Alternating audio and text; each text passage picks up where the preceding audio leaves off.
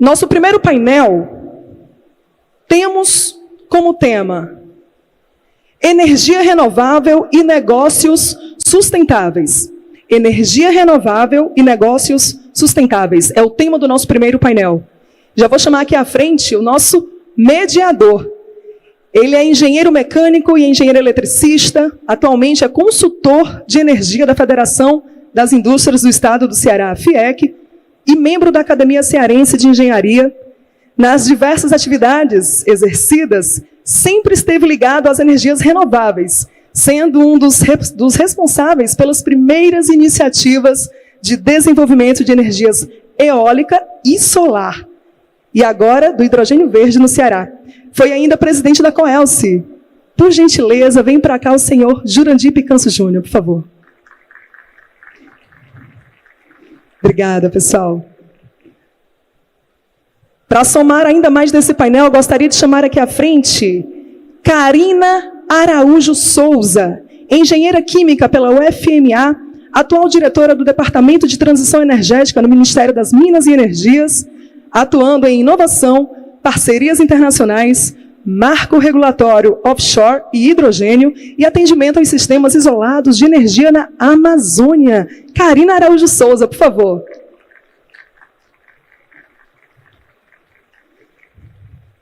E ainda, ela, que vem agora, é formada em Engenharia da Produção de Materiais pela UFSCar, tem MBA executivo em Finanças pelo INSPER, é CEO da Elera Renováveis, uma das principais empresas de energias 100% renovável do Brasil.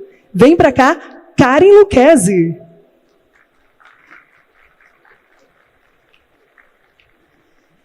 Quem vem agora é engenheiro mecânico formado pela UERJ e pós-graduado em Finanças Corporativas e de Mercado pelo IBMEC. Atualmente é diretor-geral da Sunco Capital para a América Latina e vice-presidente do Conselho de Administração da Associação Brasileira de Energia Solar Fotovoltaica.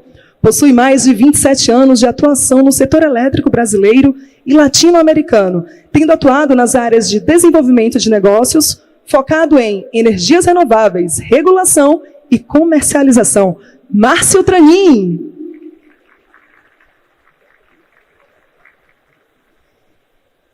Quem vem agora é graduado pela Universidade Federal do Ceará, com ênfase em sistemas elétricos, possui especialidade em sistemas elétricos de potência pela Universidade Federal de Itajubá e MBA em gestão empresarial pela Fundação Getúlio Vargas. Atualmente é diretor de operação e manutenção da Eletrobras, CHESF. Tony Ulisses Rodrigues, por favor.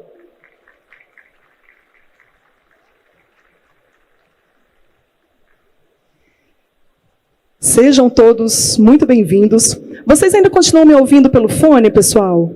Tá no fone? Ok. Sejam todos muito bem-vindos. Ótimo painel. Já estou passando aqui a palavra para o nosso moderador, senhor Jurandir. A palavra é sua, senhor Jurandir.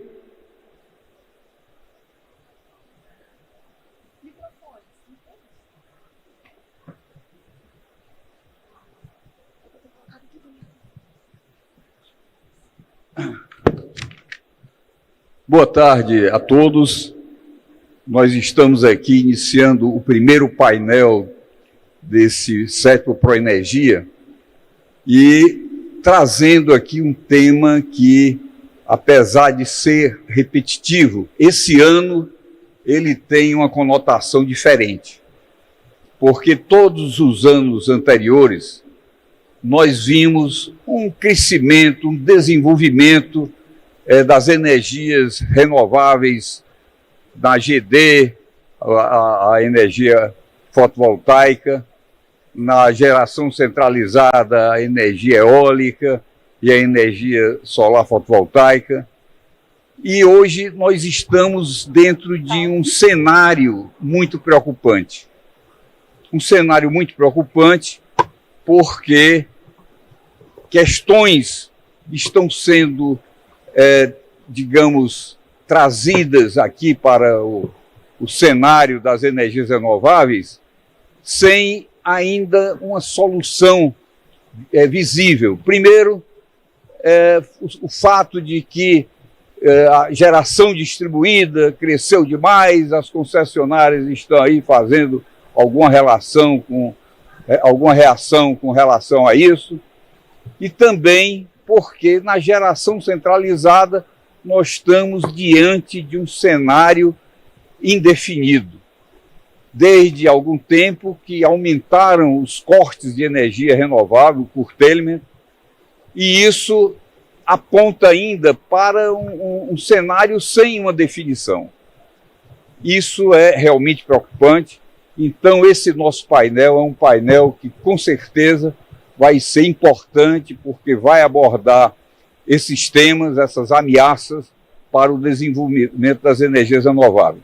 E nós estamos aqui com um painel de craques, pessoas que realmente estão dentro do processo e que poderão contribuir muito para apresentar esse cenário de preocupações, mas também apontando soluções. Nós temos aqui a Karina Araújo Souza, que é diretora do Departamento de Transição Energética do Ministério das Minas e Energia. Ela está atualizadíssima e, inclusive, fez recentemente a apresentação nacional da plataforma do hidrogênio desenvolvida pelo Ministério das Minas e Energia. A Karen Lucchesi, que é CEO da Elera Renováveis, uma empresa que dispensa apresentações pela sua participação direta no setor de energias renováveis aqui no Brasil. O Márcio Tranin, diretor da Sunco e vice-presidente da AB Solar, e o Tony Ulisses Rodrigues, diretor de operações e manutenção da Eletrobras Chesf. Teremos, então, um painel de alto nível. Eu vou, inicialmente, passar a palavra para Karina, que ela falará sobre o potencial brasileiro das energias renováveis com foco na transição justa. Karina, você agora com a palavra. Obrigada a todos.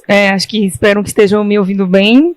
É um prazer estar com vocês aqui nesse evento. Assim, a visão daqui é bem legal, de ver os estandes ali atrás da feira e o nosso painel. Nesse centro de convenções, eu acho que é a minha primeira vez, é bem bonito, até, diga-se de passagem, assim, a visão é muito boa. E cumprimentar todos vocês que estão aqui no painel e o Jurandir, né, pela grande experiência, estava ouvindo a experiência dele. É um prazer estar aqui com vocês, assim, como recém-chegada, né, no setor. Eu tenho uma pequena apresentação só para guiar o que eu vou falar, mas, assim, como disse, sou diretora de transição energética na Secretaria Nacional de Transição Energética do Ministério de Minas e Energia. Apesar do nome bonito, transição energética, não vou resolver a transição energética sozinha. Como você bem pontuou, tem grandes desafios, grandes dilemas a serem tratados, a serem endereçados, e um departamento só é muita audácia achar que vai resolver, né? Então, acho que não é essa a tentativa. Então, a gente foca com as novas tecnologias e manter articuladas as políticas públicas para que esses dilemas sejam observados por todos que devem ser observados, e a gente sempre se mantém atualizado em todos esses dilemas para tentar conectar as peças, não necessariamente resolvê-las, mas conectar quem vai ajudar a resolver. Acho que tem um passador, está chegando aqui para mim. Esse passo. Obrigada. Vai ser melhor. Então, depois eu pego isso aqui. Obrigada. Eu orientado a ficar aqui em pé para ficar melhor. É bom que acorda um pouquinho depois do almoço. Eu acho que é algo que todo mundo sabe. O Brasil é líder em transição energética e energias limpas, principalmente aqui no Nordeste, pelo alto potencial solar e eólico que a gente tem aqui no estado do Ceará, principalmente, né? Então, eu acho que a gente sempre tem que levar, e como Ministério de Minas e Energia, esse é o nosso papel, sempre dizer isso. O Brasil é, sim, uma liderança em transição energética e potenciais de energias renováveis. Esse dado aqui é da EPE, com a Agência Internacional de Energia, e você pode ver quanto que está a intensidade de emissões de dióxido de carbono no uso e no consumo de energia no Brasil, comparado com China, Estados Unidos, outros países da Europa, da OCDE. Então, a gente tem uma baixa intensividade, uma baixa emissão de dióxido de carbono na produção e uso de energia aqui no país. Isso deve ser muito bem trabalhado, muito bem evidenciado. Esse é onde estamos hoje, né? Mas por que a gente precisa fazer mais? a percepção, isso é o que vem os cenários da EPE, no plano decenal de energia, a percepção dos próximos 10 anos é um crescimento de demanda de energia e do consumo de eletricidade. Dobrar o consumo de energia e triplicar o consumo de eletricidade. Mas será que isso vai acontecer mesmo? São cenários que a EPE estuda, são diferentes cenários, são percepções de mercado. Óbvio que muitas condições e premissas devem se materializar para esse cenário acontecer, mas é a percepção. É o que nos conduz na expansão do mercado de energia e de eletricidade. Então, existe esse desafio, expandir a necessidade energética e a eletricidade também no Brasil.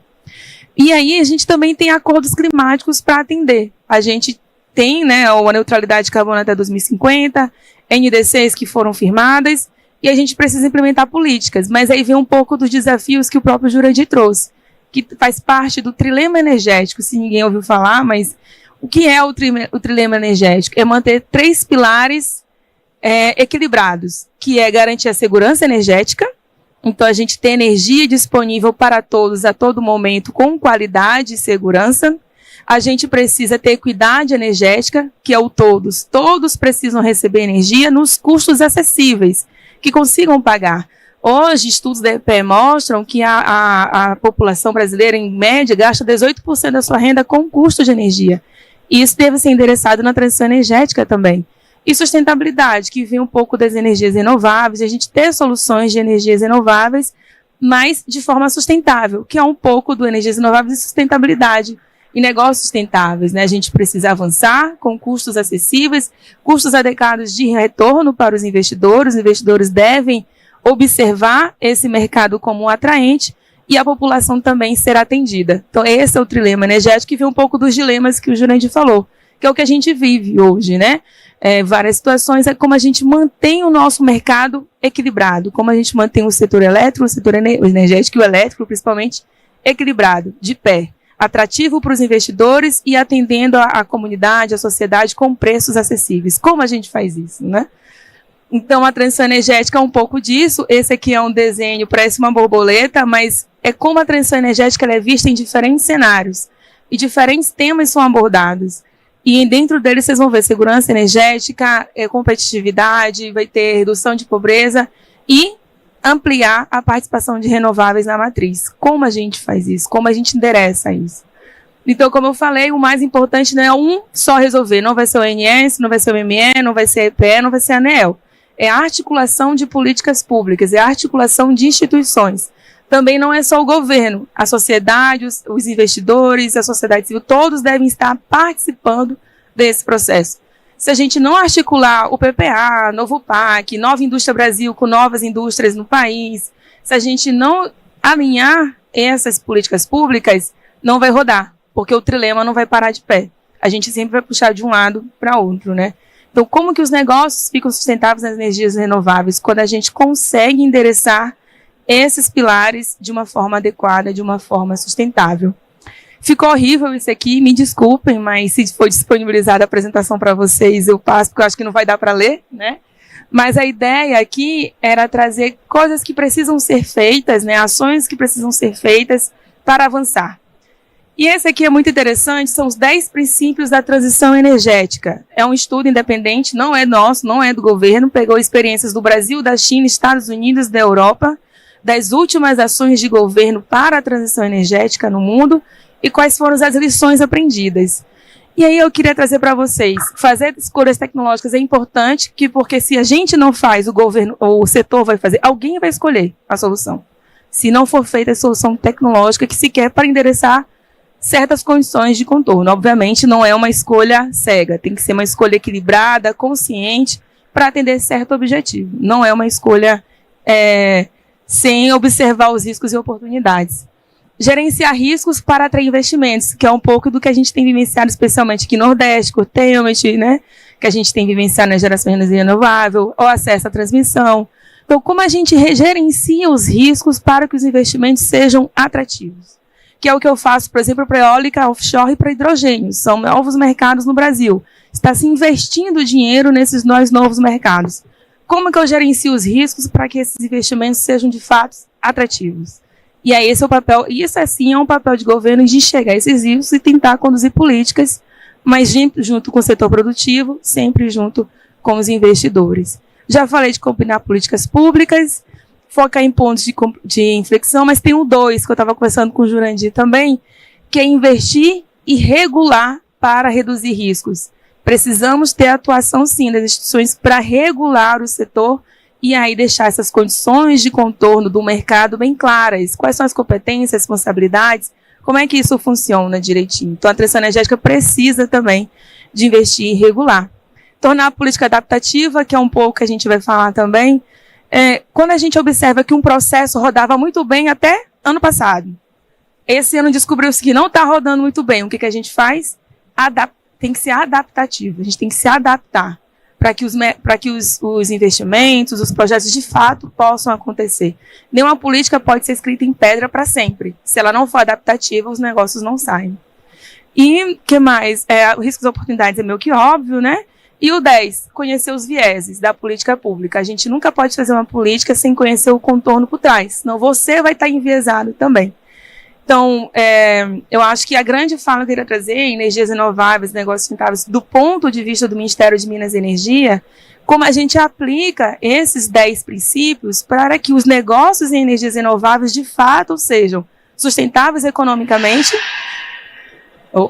sejam sustentáveis ambientalmente, sem agredir, tipo assim, que possam conviver com a sociedade, que aquela população que está ali ao lado de um parque eólico onshore, ou das comunidades próximas que a gente tem parques solares também, tudo isso esteja em equilíbrio, é importante, né?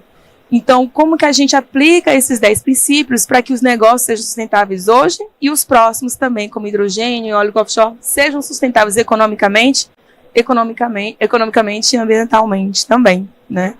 Então, é isso, meu programa de eólico offshore e hidrogênio, isso a gente conduz direto, é o que a gente faz ali, a gente vai regulamentar esses dois marcos legais, está com a gente, espero que dê tudo certo. Ter o decreto de hidrogênio ainda esse ano e o decreto de resolução de CNPE para offshore também esse ano, no máximo, início do ano que vem, para que esses investimentos possam acontecer no país e olhando para os 10 princípios, né? Como eu aplico os 10 princípios na prática nesses 2 novos mercados no Brasil. Fui rapidinha, estou disponível para novas perguntas e espero que tenha dado recado. Muito obrigado, Karina. A sua apresentação mostrou o grande desafio do Ministério das Minas e Energia e do setor de energia diante desse cenário que nós estamos vivenciando.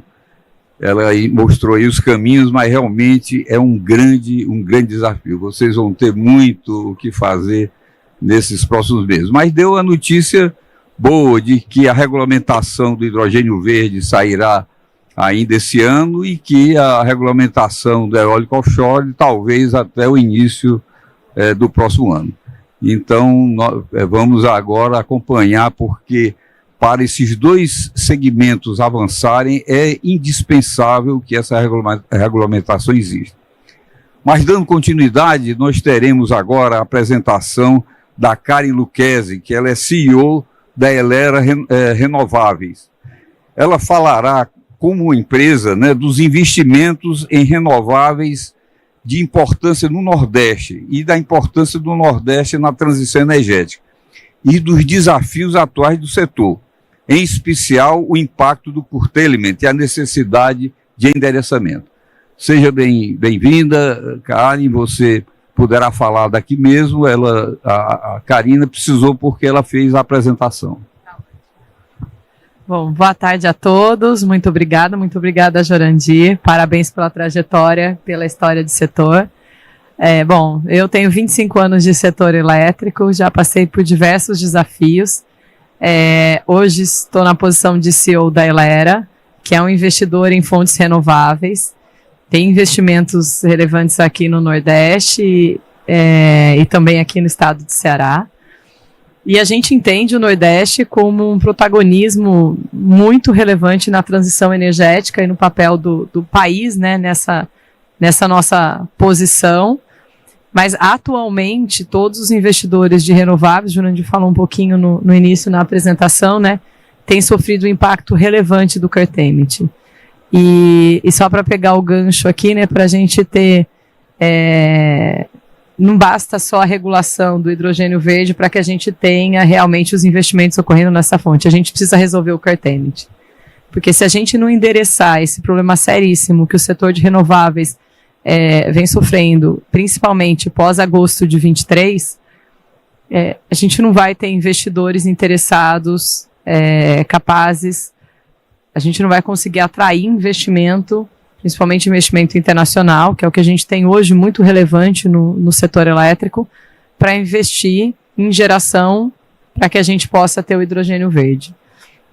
Assim, o problema do curtailment, para que todos entendam, né, a gente vem sendo impactado no setor eólico e solar, mas principalmente solar, ou então no eólico que gera durante o dia, né, desde agosto de 23.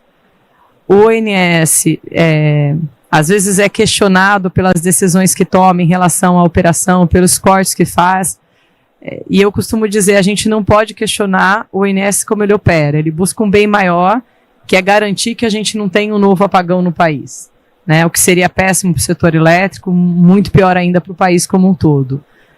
O que a gente questiona ok, a gente chegou na situação que estamos atualmente, de que o operador, para conseguir garantir a segurança do sistema, tem que efetivar cortes de geração. Agora, o impacto desses cortes não pode ficar sob responsabilidade exclusiva dos investidores de fontes renováveis, eólicas e solares.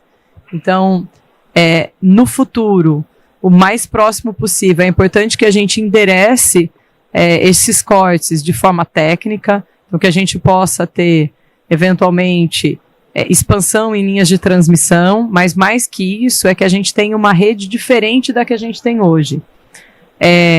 Com outros atributos que hoje a rede que a gente tem não oferece. O ONS já se antecipou e pediu para que a gente colocasse, para que o Ministério colocasse já no leilão desse ano de transmissão alguns equipamentos síncronos, para que a gente pudesse trazer mais estabilidade para o sistema e possa reduzir uma parte dos cortes, né, que são os cortes ali por confiabilidade. Tem mais um pacote de compensadores previstos para o leilão do ano que vem, mas só isso não basta. A gente precisa conseguir caminhar, e aqui é um pedido para o Ministério, com os leilões de baterias também. É importante, o nosso sistema demanda as baterias, né? É óbvio que com a matriz que a gente tem limpa no país, a gente precisa conseguir aproveitar o máximo possível a matriz limpa que a gente tem para continuar com o protagonismo do Brasil na transição energética.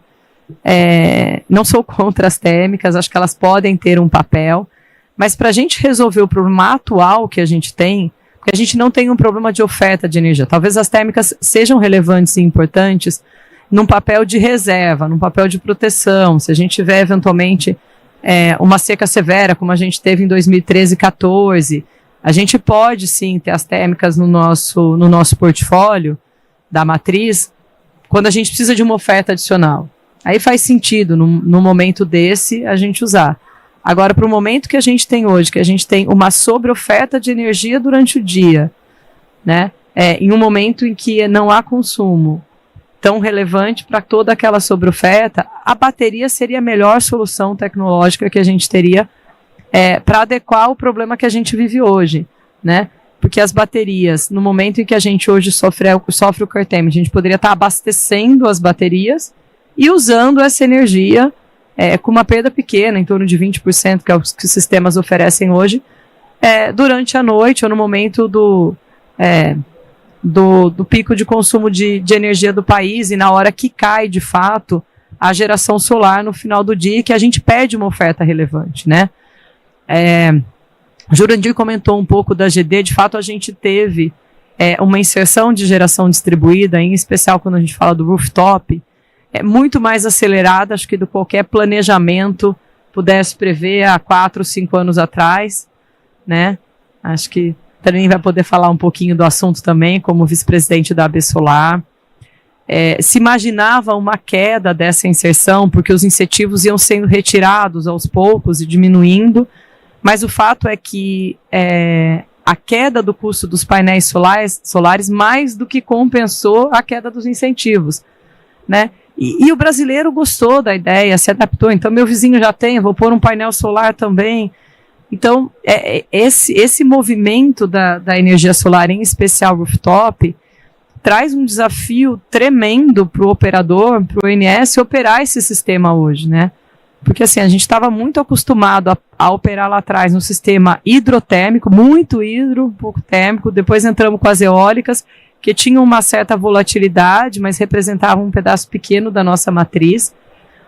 Hoje, com a GD e com as solares, o operador tem um desafio tremendo de conseguir operar e estabilizar essa rede, né? Então, assim, não dá para a gente ignorar o fato de que precisa ser diferente do que foi ontem, e a gente precisa. Só que o importante é que a gente tome as decisões e, de fato, implemente as novas tecnologias que... A solução para o nosso curtailment aconteceu no mundo inteiro, não é novidade para a gente. ED aconteceu no mundo inteiro, não é novidade para a gente. A gente não precisa inventar nada, a gente precisa implementar, né? E a gente está tendo uma demora que tem impactado demais o setor na implementação das soluções que já são conhecidas, são dadas. Então, precisamos logo que a gente tenha o leilão de baterias, porque depois desse leilão vão levar 18, 24 meses para a gente ter isso inserido na nossa matriz. Vai reduzir sim o curtailment, é algo a endereçar, mas nesses 18, 24 meses até a inserção dessas baterias, a gente não tem como frear e como desacelerar a inserção da GD, da rooftop em especial. Isso continua acontecendo de uma forma expressiva. O operador tem discutido, inclusive, com as distribuidoras, né, de energia em como lidar com a questão técnica, porque as distribuidoras começam a enfrentar problemas de fluxo invertido, né? De começar a oferecer energia para o sistema quando o operador não precisa daquilo e não há como cortar. Então, a gente vai precisar endereçar isso tudo para conseguir ter, de fato, um setor renovável sustentável. Olha, muito obrigado, Karen. Você falou assim, deixando aberto aí os problemas que nós estamos enfrentando. Falou das baterias, essa importância das baterias e o pouco desenvolvimento que nós temos tido. Ainda não temos uma regulamentação, como é que vai ser remunerado os serviços de bateria, entende, viu? Eu apenas cito aqui um exemplo que eu estive há 5 anos atrás numa concessionária dos Estados Unidos. Qualquer geração do consumidor terá que ser associada a baterias. Já estava definido isso há muitos anos. Em 2019, na Alemanha, a maior parte dos projetos de geração distribuída eram associados à bateria. Hoje, a bateria está sendo realmente a solução extensiva no mundo todo, e aqui, nós que temos a maior necessidade, porque a geração eólica e solar assumiram uma proporção muito grande, né? E é o nosso potencial agora, né?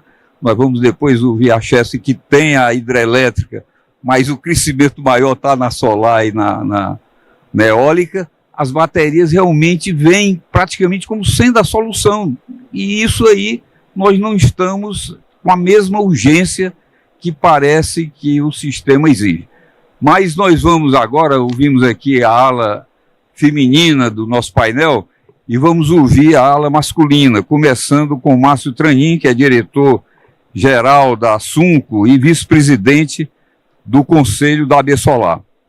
Ele vai falar mais amplamente das reformas necessárias ao setor para garantir a transição energética. Ele vai nos mostrar o caminho aqui, viu, Karina? Olha o que ele vai apresentar, viu? É o caminho para solucionar. A abertura do mercado, sinal de preços, flexibilidade operativa, etc. Márcio, você com a palavra. Quem dera que eu pudesse dar o caminho, né? Eu acho que eu sou bom de dar pitaco. Então vamos dar um pouco de pitaco aqui. Tirar aqui que está dando retorno, prefiro falar sem isso. Bom, eu acho que foi dito que o Brasil ele é líder, pela Karina é líder na transição energética, especialmente pela composição da sua matriz.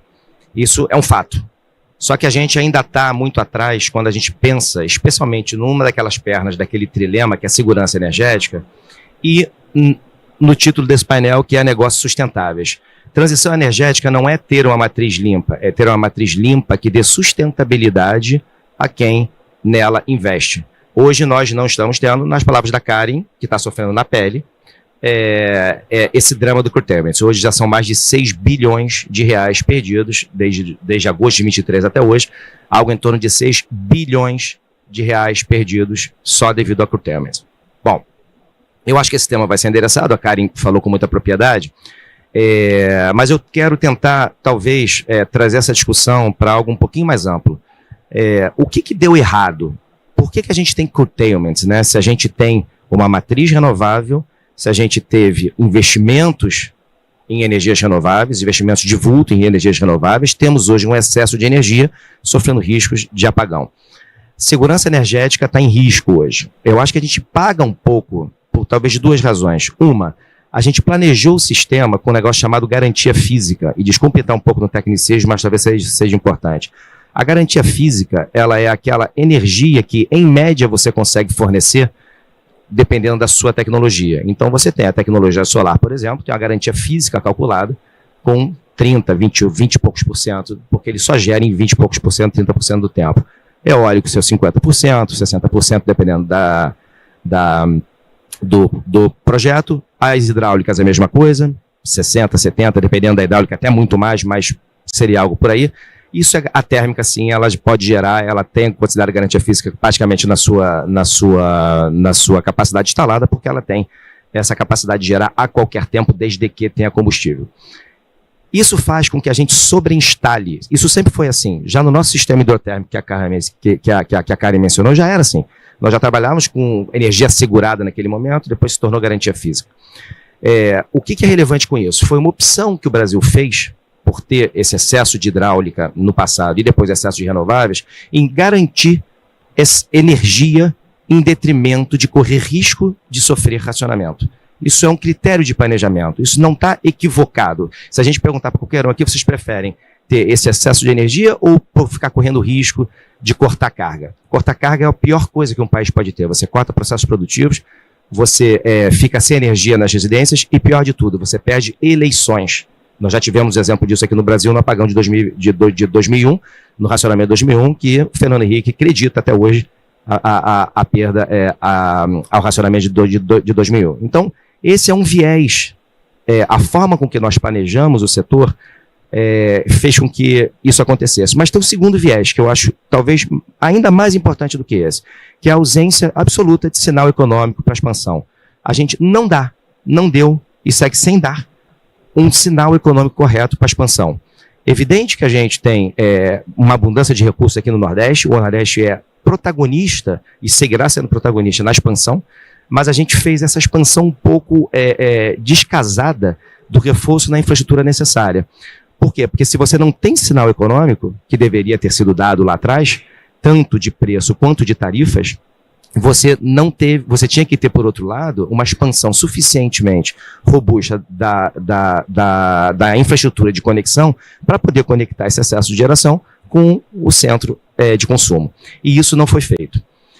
E aí, somado esses dois pontos, né, o nosso modelo de planejamento baseado em garantia física, energia média suprida, com essa falta absoluta de sinal econômico correto para a expansão, se soma a abertura de mercado feita a forceps, que é a GD.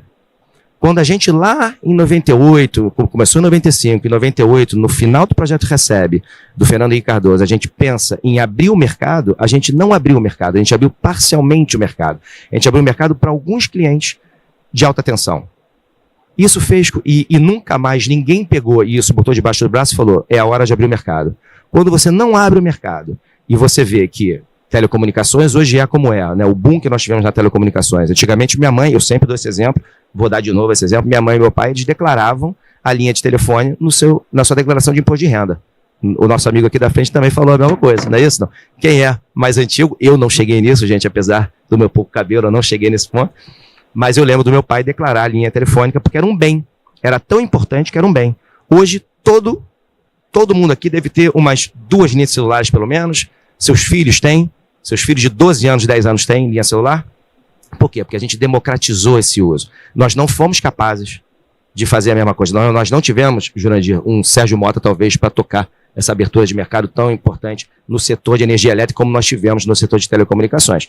Isso fez com que, na primeira oportunidade que se tivesse do consumidor legitimamente querer consumir sua própria energia, ter direito a escolher de quem consumir, como consumir e a que preço consumir, optasse. Está aí o boom da GD. GD, eu sou da Besolar, eu não invisto diretamente em GD, eu sou um cara de geração centralizada, mas eu sou da Besolar. GD, ela tem que participar, de alguma forma, tem que participar desse rateio. Por quê? Porque o problema do curtailment que a gente enfrenta hoje, ele é sistêmico. Se ele é um problema sistêmico, ele impacta todos os membros da cadeia do setor, inclusive o consumidor. Não adianta a gente falar, mas aí é risco do investidor, porque isso é um problema dele, porque o consumidor não pode pagar 2 vezes. O problema é sistêmico. A Karen bem mencionou. Se não houver uma solução, acabou os investimentos. Se acabar os investimentos, a gente daqui a 5, 6 anos, a gente está brigando para ter novos investimentos por causa do racionamento. O sistema é cíclico, nós já passamos por isso. Todo mundo aqui em cima tá careca de saber, eu mais do que todo mundo, que a gente simplesmente não pode conviver com riscos para investidor como nós estamos convivendo hoje.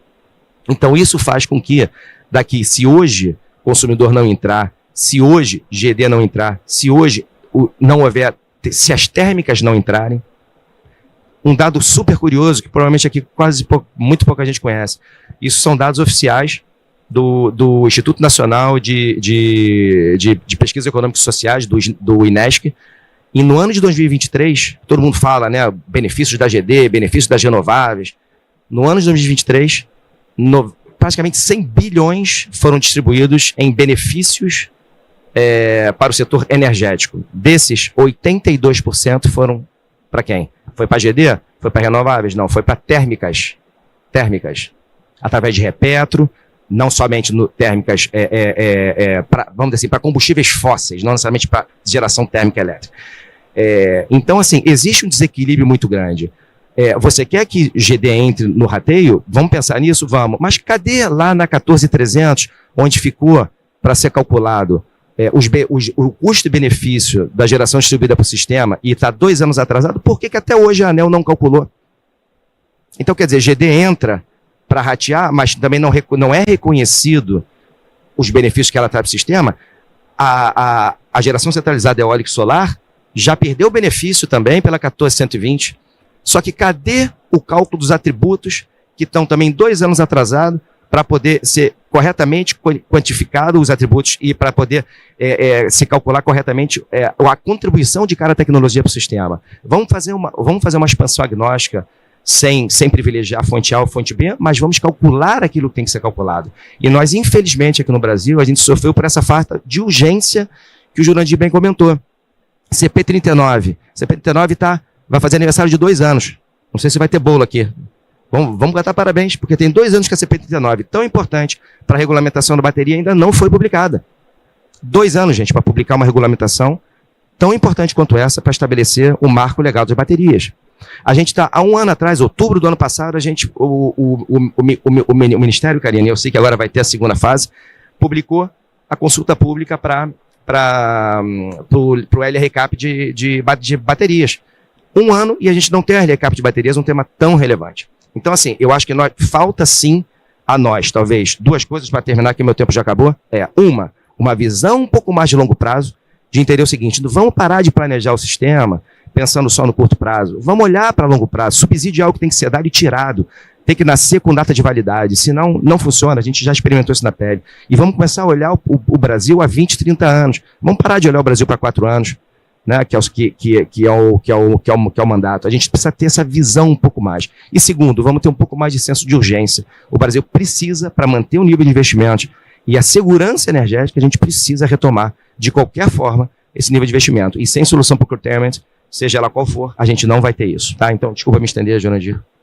Eu queria dar um pouquinho. Obrigado. Ô, Márcio, muito obrigado, mas você deixou deixou claríssimo o sentimento de urgência que precisa ter diante dessas questões que foram apresentadas. O que você citou com relação aos atributos da geração distribuída, realmente, olha uma coisa, o Joaquim está ali, o Joaquim Rolim, que há anos que ele batalha por isso, viu, para que sejam avaliados esses atributos, até que saiu a resolução, mas até agora nada. Olha, então você chamou a atenção de pontos críticos, realmente, viu? Eu acho que foi muito boa a sua participação. Muito obrigado. Mas vamos agora para a última participação do Tônio Ulisses Rodrigues, diretor de Operação e Manutenção da Eletrobras Chess. Ele apresentará um painel atual do setor, impactos operacionais existentes e possibilidade de negócios futuros. Ulisses, você com a palavra.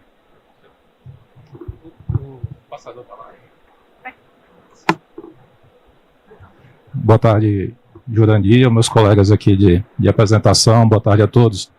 Eu vou apresentar em pé também, porque estou com uma pequena apresentação aqui para nortear, e aí só fazendo um pequeno reconhecimento das excelentes apresentações e palavras que foram feitas anteriormente. Reconhecer que é um desafio muito grande, né? A gente tem tido como agente de transmissão e de geração também vivido diversas novidades, mudanças, né? Viemos de uma matriz que era predominantemente hidrelétrica, depois hidrotérmica, mais de 70 anos operando o sistema com um nível de inércia através da geração hidráulica muito diferente do que a gente mudou nos últimos 5, 6 anos. Então é uma mudança que a gente traz de inserção de eletrônica de potência, de inversores, que tem uma dinâmica diferente na sua contribuição, né, como atributo para a parte de estabilidade. E apesar de ser extremamente importante a evolução da geração distribuída das renováveis para os segmentos, né, na sustentabilidade, na transição energética, traz um conjunto de mudanças que todos têm que se adaptar. Então, não são só quem está com essa geração eólica e solar que sofre desafios, mas o próprio operador, a ANEEL, que tem que ter assim, um processo de agilidade na regulamentação maior sobre essas mudanças, e os agentes que estão no setor de geração e transmissão. Então, passando aqui bem rápido para não...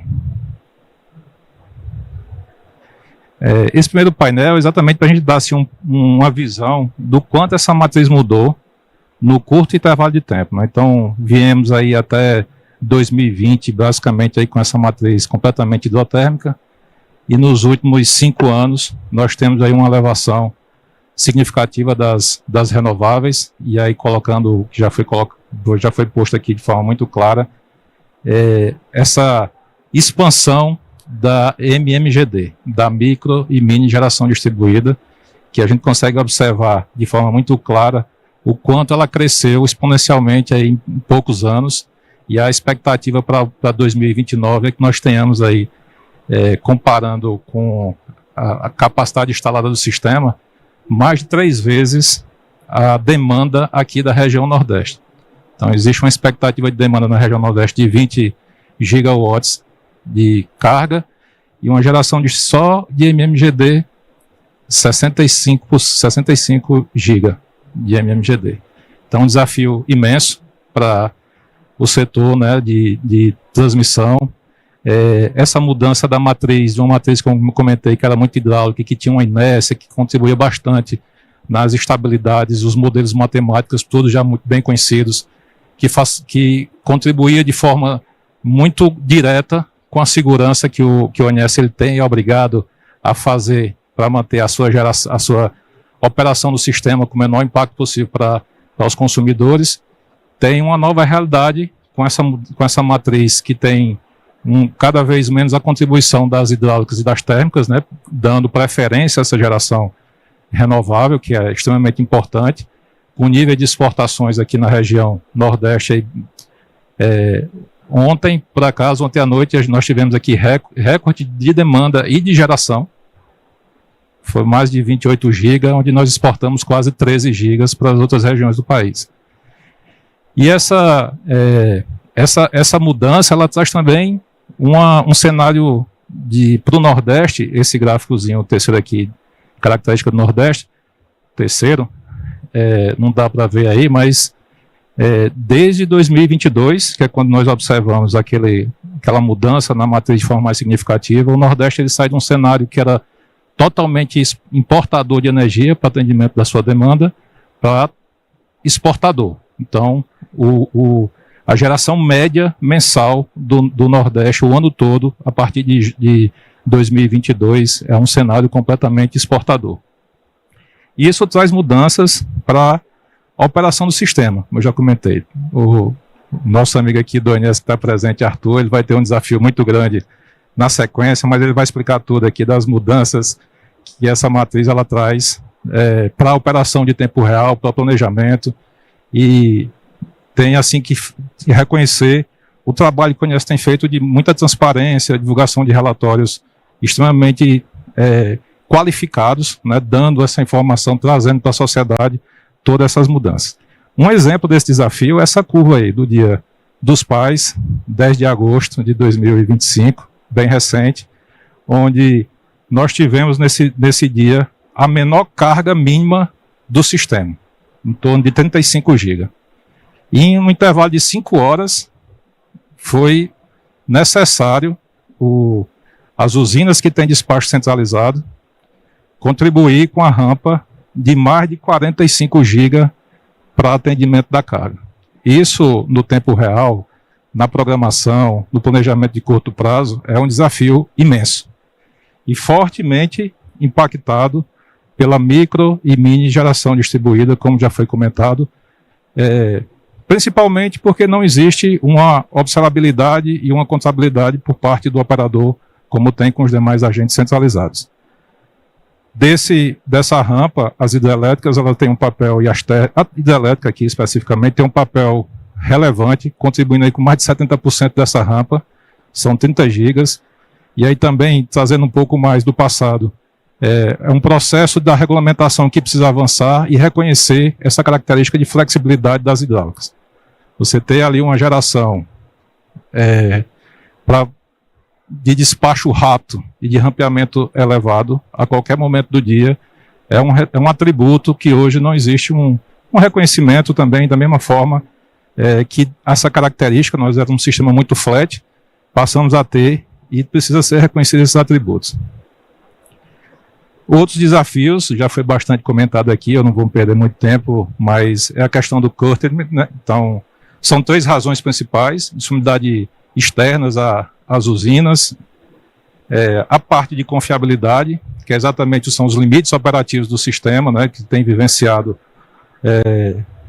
tem ficado mais em evidência essas discussões após a ocorrência de 15 de agosto de 2023, e energética, que é quando existe uma sobreoferta de energia e o ONS, para fazer o equilíbrio do corte, carga, geração, ele precisa fazer o corte. Então, observamos aí nessas barrinhas azuis, entre agosto de 2023 até o começo agora de 25, que grande parte desse corte estava associado à parte de confiabilidade, que foi exatamente o período vivenciado após a ocorrência de 15 de agosto, onde foram desenvolvidos diversas análises, diversos estudos para ajustar as modelagens dos parques eólicos, que é a informação do modelo matemático, a informação que o ONS utiliza para definir o ponto seguro de operação do sistema. E a partir de janeiro a gente observa essa barrinha laranja, um corte de geração de curtailment, predominantemente associado a excesso de geração. Então, a expansão da matriz renovável, eólica e solar, ela tem crescido em uma velocidade que a carga não tem acompanhado. E isso gera, como já foi comentado aqui, que não é uma novidade só para o Brasil, mas que gera também essa necessidade de alavancar o desenvolvimento da carga. Então, esse cenário que a gente está vivenciando hoje, ele tem uma tendência de não ir sendo implementado, principalmente esses centros de cargas, de ter uma elevação nesse curtailment. Então, existe aí no próprio relatório que o ONS divulgou, assim, uma expectativa de que, se não houvesse nenhuma limitação da rede, nós teríamos aí uma expectativa de curtailment de 20% nos próximos anos. Então, isso requer tudo que foi comentado aqui já nos negócios sustentáveis, de trazer, também foi hoje de manhã a palestra do presidente Ricardo Cavalcante foi muito importante, e o passo que o Ceará está dando com esse projeto de trazer, fascinado hoje, que ele comentou aqui, vai trazer uma mudança muito clara em relação a isso. E a MMGD, como ela opera sem controle, termina sofrendo aqui os nossos operadores, nossos agentes de transmissão que têm um despacho centralizado, solar e eólica, sendo o ponto de controle que o operador tem que executar. Então tem que avançar dentro desse processo, e faz parte da regulamentação, até no processo de renovação das distribuidoras, está se discutindo muito isso, de ter centros de operações descentralizados, através da distribuidora, que ele possa fazer esse controle dessa geração, micro e mini geração distribuída. Existe um estudo onde fica muito claro que, se essa conta for dividida por todos, esse curtailment ele tende a reduzir para 41%. Então você teria uma redução de mais de 59% no que acontece hoje para os agentes que têm um despacho centralizado. Esse gráfico ele representa muito essa questão da flexibilidade que as usinas hidrelétricas elas têm contribuído para o sistema. Até 2022 ali, nós tínhamos uma média de entradas e saídas de unidade geradora de em torno de 3 mil, e nós estamos vivenciando nos últimos 4, 5 anos mais de 10 mil, 11 mil manobras de entrada e saída de unidade geradora, exatamente para absorver essas rampas que acontecem todo dia entre 1h30 da tarde e 7 horas da noite, para que o sistema ele consiga permanecer fornecendo aí o seu papel de continuidade, né? Necessidade de evolução também nesses modelos matemáticos, como eu comentei, cada vez mais o sistema está dependente de recursos computacionais, isso vai ajudar também essa redução do curtailment. E as oportunidades que também já foram trazidas no sistema existente são os leilões, né? Então, os leilões até 2023, 2024, os leilões que tiveram, eles não conseguiram, a gente relembrar aqui da figurinha inicial, o crescimento da MMGD aconteceu exatamente isso, 23, 24, de 22 a 25, está previsto até 2029, na minha apresentação aqui. E nos leilões, que parte por um processo de planejamento da empresa de pesquisa bem anterior, essa compensação de reativo necessária para absorver essa MMGD, ela não foi prevista. Então, estão acontecendo agora, nesses leilões agora, algumas reposições, né? Teve um trabalho recente do ONS que estabeleceu uma expectativa da necessidade de 9 compensadores síncronos na região Nordeste. Desses 3 estão sendo licitados agora.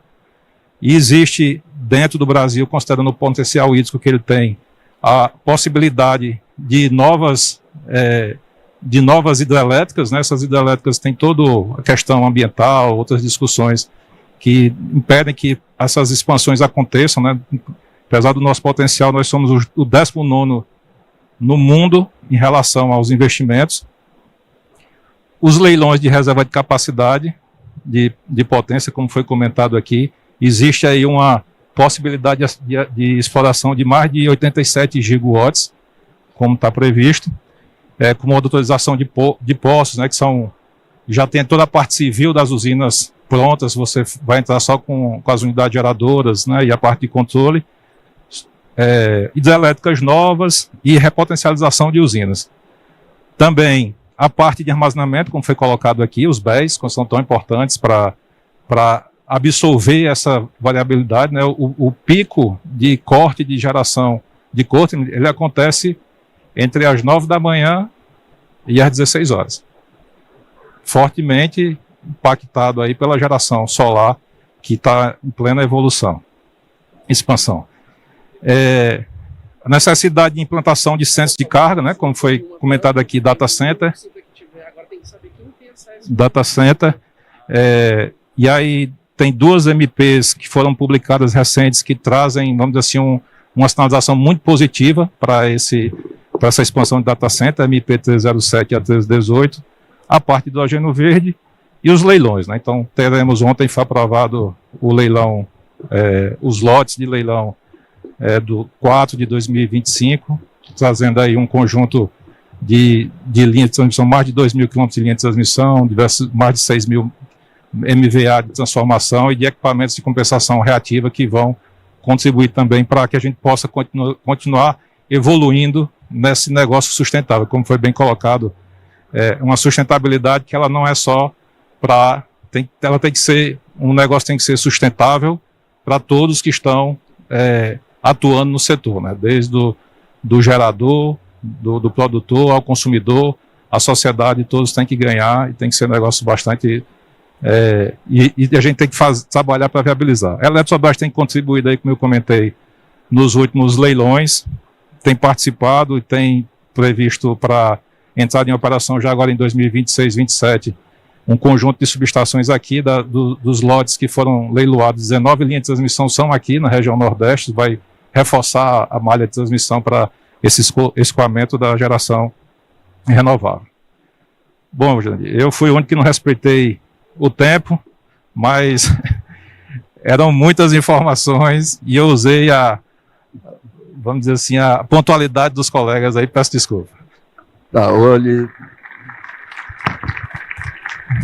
muito esclarecedora a sua apresentação, inclusive mostrando um tanto quanto a complexidade. A gente quer soluções rápidas, mas realmente são complexas, né? Envolvem vários aspectos, viu?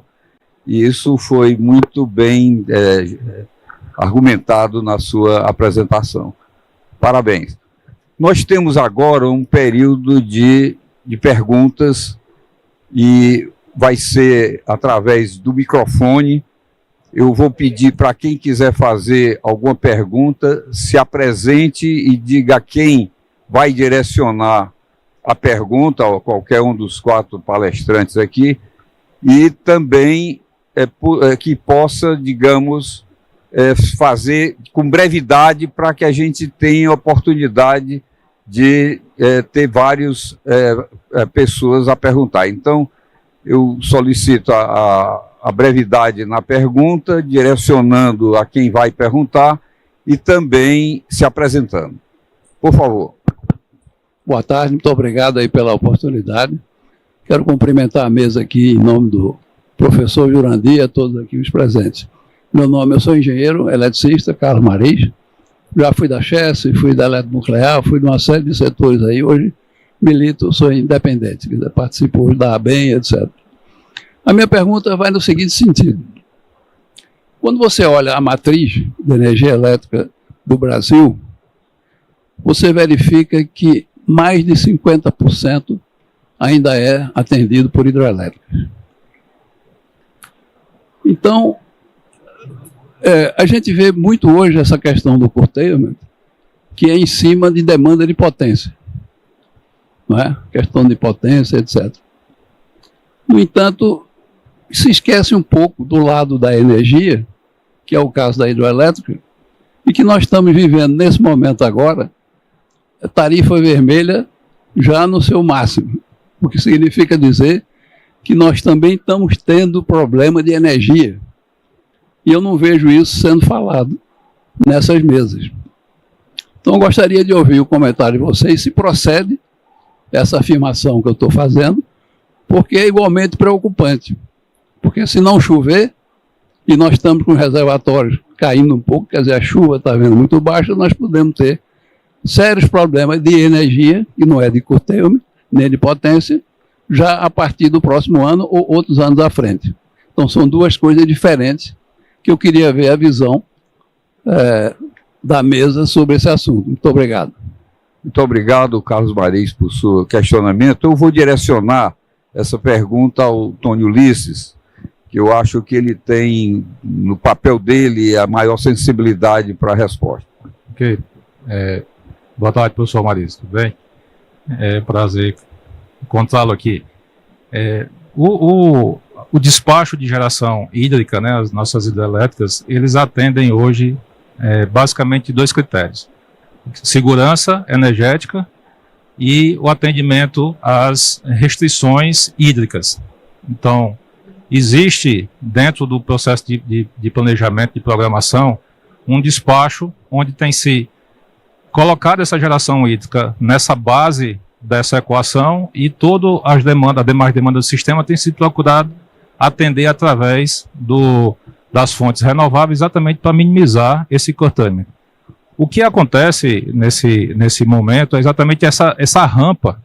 Ela precisa ter uma estabilidade. A parte hídrica, por conta das regulamentações, das resoluções de variação dos níveis de defluência, você não pode estar fazendo essas ondas de forma permanente todo dia nessa rampa. Para você ter uma ideia, a gente tem na Eletrobras Chesf atender a resolução da ANA 2081, que ela estabelece para esse período do ano, onde o reservatório está na faixa de 46%, uma defluência média mensal diária de no máximo 1.000 metros cúbicos por segundo. Então é feita uma modulação ao longo do dia para que quando chegar nas 24 horas a gente consiga fechar essa modulação em 1.000 metros cúbicos por segundo. Se eu tivesse que atender essa rampa, se os agentes de geração hídrica tivessem que atender essa rampa completamente com energia hidráulica, como está sendo comentado aqui, esse gatilho ele não seria respeitado. E aí o uso da água ele é uso múltiplo. A geração elétrica ela é um dos bens, né? Então, que não é o prioritário. Então existe realmente dentro desse cenário hoje, que aí por isso que tem se investido bastante nessa questão da flexibilidade, é importante investir nas usinas que possam trazer absorver essa rampa no horário de saída da geração solar, esse reconhecimento. Então, de forma direta, o que acontece hoje, né? Os reservatórios eles estão no nível de armazenamento seguro, dentro da normalidade para o período úmido, Sobradinho hoje com 46%, e o que acontece exatamente são esses limites de geração que são controlados através de outros parâmetros que são além do setor elétrico, né? No caso a ANA aqui. Tá, muito obrigado, Tony. Boa tarde a todos. Gostaria de parabenizar a mesa em nome do meu amigo Jurandir. Eu sou o André Arschi, eu fui vou me autodenominar um carbonizador, porque eu fui da Petrobras 37 anos, então eu estou fazendo um movimento contrário agora nesse sentido. E eu queria fazer uma provocação à mesa com relação à adoção de um investimento maior na área de produção de biocombustíveis. Eu tenho uma startup de biocombustíveis, eu sou associado da Associação Cearense de Inovação, e eu gostaria também de fazer uma outra provocação com relação ao destinamento das placas de energia solar. O que vai acontecer com elas quando elas perderem a validade ou quando elas ficarem obsoletas ou tiverem novidades, porque quer queira, quer não, vai se tratar de um resíduo eletrônico. É isso. Obrigado. Pois não, muito obrigado, André. Eu vou repassar esse seu questionamento. A Karina Souza envolveu outro tema aqui dos biocombustíveis. Então, Karina. Tá bem, obrigada. E qualquer coisa em relação aos painéis, se você tiver algo também a acrescentar.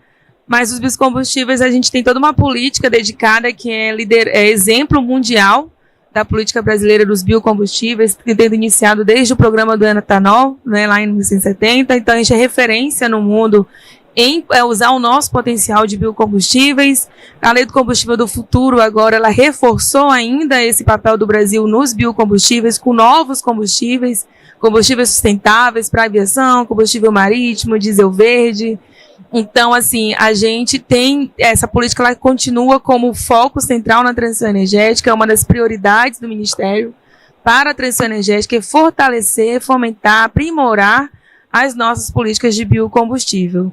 Mas ressaltando que não existe uma solução única para a transição energética, não existe uma fonte única para a transição energética, não é uma tecnologia, é essa composição de tecnologias, de soluções que nos fazem avançar. Mas continua com prioridades e o Ministério está sempre atento a recebê-los, a ouvir as suas propostas, os seus projetos, para que você se enxergue cada vez mais nas políticas que estão em andamento no Ministério, tá? E em relação, acho que os painéis solares, a gente recebe um pouco dessas preocupações. Eu trabalho na região amazônica, que leva também painel solar com armazenamento para as regiões que não são conectadas ao SIM, sempre tem esse questionamento, né? Como é que vai ser ao fim da vida útil para evitar de ser um lixo eletrônico não com destinação inadequada, né? Então está muito repassar aqui para o Márcio Tranin, porque ele é diretor da AB Solar. A AB Solar já deve ter um foco na solução desses painéis no final da sua vida útil. Eu não vou saber precisar o número, mas entre 95% e 98% de um módulo solar fotovoltaico é reciclável. Então, acho que isso responde de forma bem objetiva. Tá? Não vai ter, ou seja, claro, tem que se dar tratamento, tem que separar componentes, mas de 95% a 98%, eu te confirmo o número depois, pode me cobrar, tá? E aí o que pode ajudar é que a gente, como governo, tem a nossa política pública de resíduos, né? E também tem logística reversa, tem vários instrumentos e políticas e mecanismos. Eu acho que o importante, como eu mostrei, a articulação de políticas públicas, política de energia, onde a gente está incentivando novas soluções, onde a GD está entrando, como a gente deixou muito claro, fortemente, né?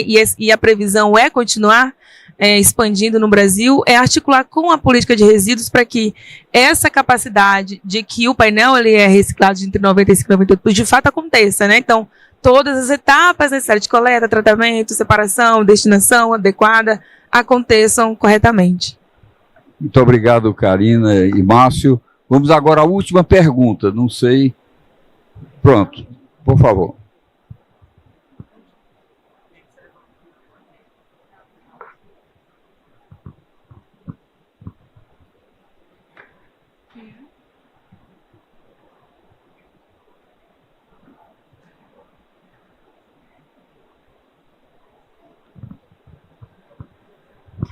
Meu nome é Raimundo Lutif. Eu queria fazer uma pergunta, fazer um paralelo entre hidrelétricas reversíveis versus bateria. Qual seria a melhor forma, visto que o Brasil ser um país hidráulico? Há espaço por dois? Ou hidrelétrica reversível seria uma solução interessante?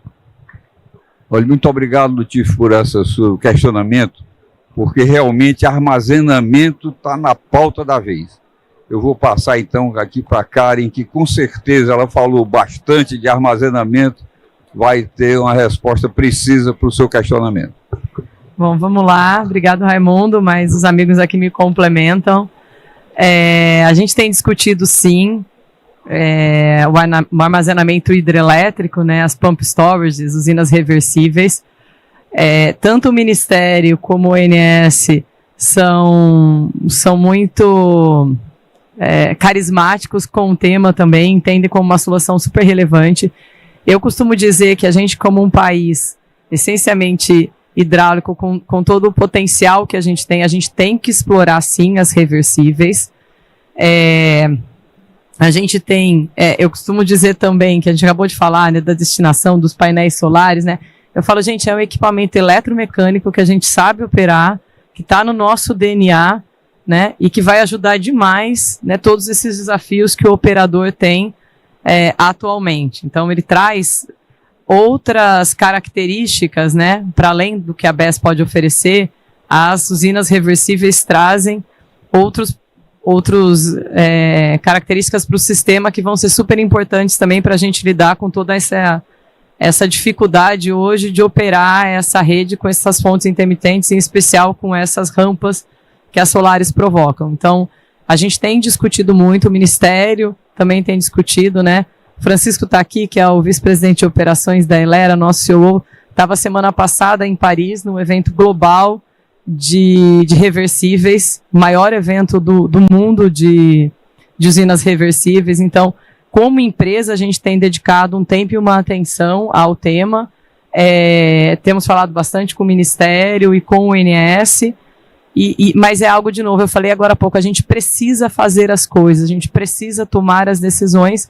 Esse é mais um tema que a gente não pode demorar em decidir, em ter uma consulta pública sobre o assunto e o endereçamento, porque diferente da BES, que a gente consegue colocar em 18, talvez 2 anos em operação, uma usina reversível vai levar mais tempo. A gente tem estudado alternativas de usinas de ciclo fechado, que o licenciamento ambiental é mais simplificado, mas mesmo assim é algo que vai levar mais tempo do que uma BES. Então, o sistema, as duas são necessárias, essenciais, e há espaço para as duas no nosso sistema e na nossa matriz, é indiscutível, mas eu tenho um apelo aqui pessoal às reversíveis, porque tá no nosso DNA do setor, né?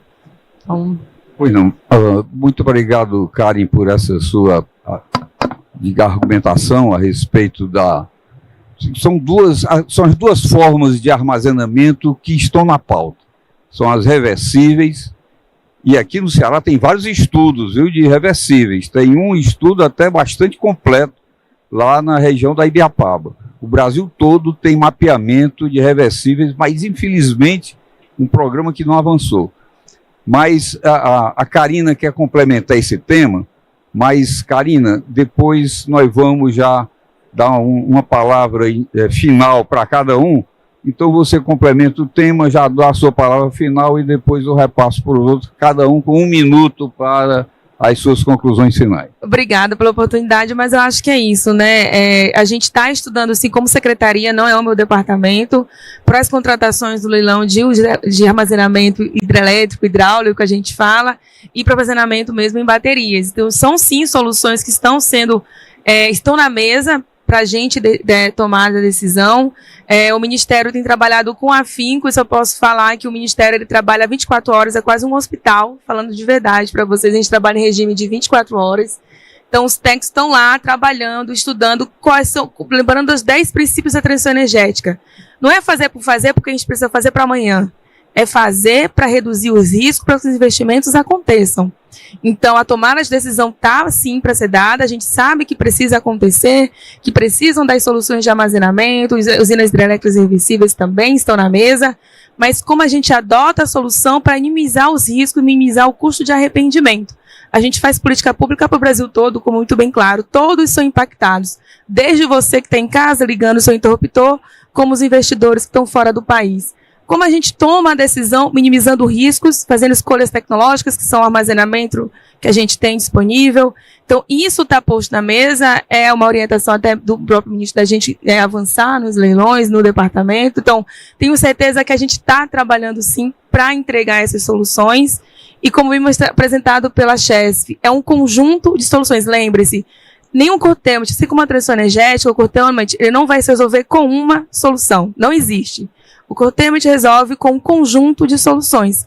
E essas soluções têm que ser tomadas com parcimônia. Tem que ser tomada agora, mas com consciência. Porque também não adianta fazer porque tem que fazer, porque tem que entregar.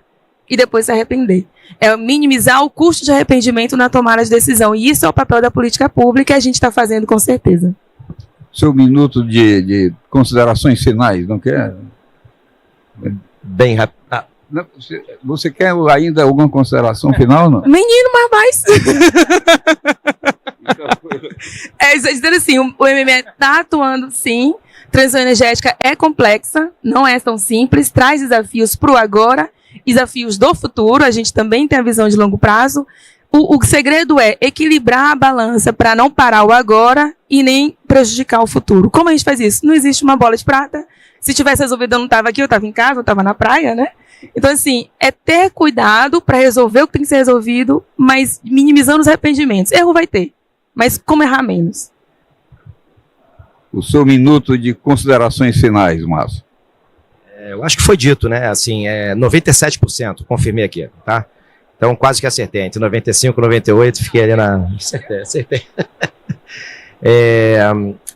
Jurandir, assim, a gente está no país certo, a gente está sempre na hora certa. A única coisa que eu gostaria é que eu pudesse passar para os meus 3 filhos, que, assim como meu pai passou para mim, que o Brasil não é o país do futuro, o Brasil é o país do presente.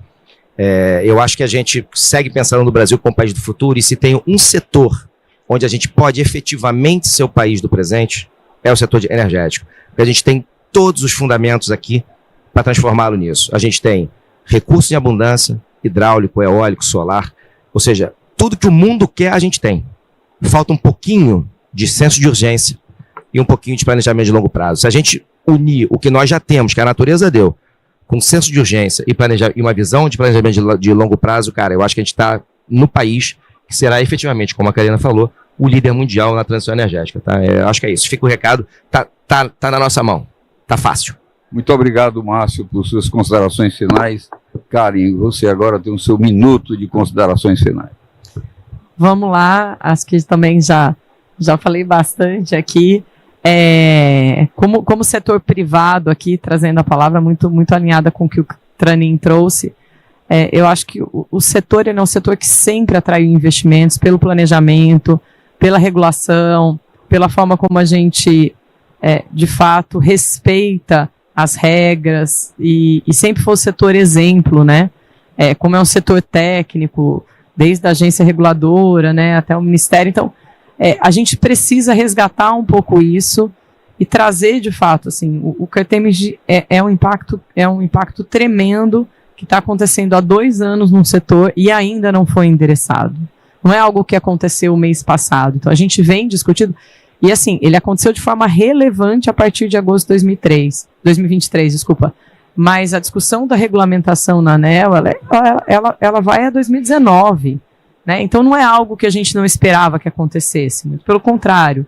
Então, a gente precisa, de fato, ter um pouco mais de senso de urgência nas decisões que a gente precisa tomar, para que os investidores continuem seguros a investir nesse setor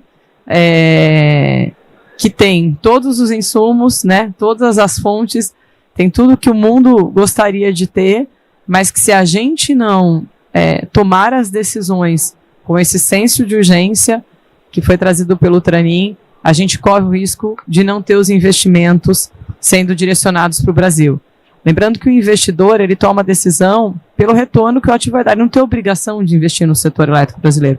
Todo o investimento que a gente viu acontecer nos últimos anos no Brasil e no setor elétrico, que nos trouxe para o lugar que a gente está hoje, né? Pega os investimentos gigantes em transmissão, são muitos deles feitos por investidores internacionais, né? Que decidiram investir no Brasil olhando taxa de retorno e risco que aquilo trazia. Hoje é um desequilíbrio muito grande na taxa de retorno e risco visto dentro do setor.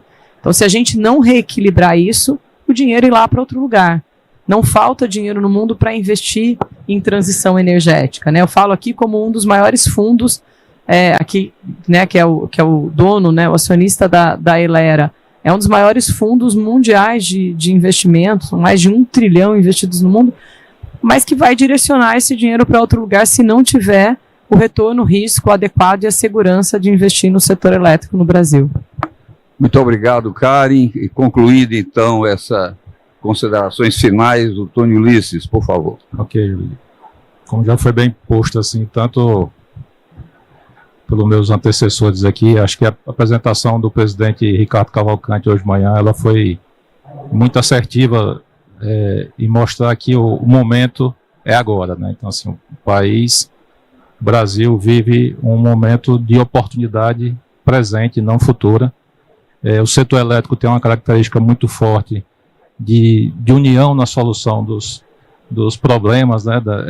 As tecnologias estão aí, elas têm que ser exploradas, tem que abrir espaço realmente para o crescimento, considerando essa nova realidade que as novas tecnologias estão trazendo. E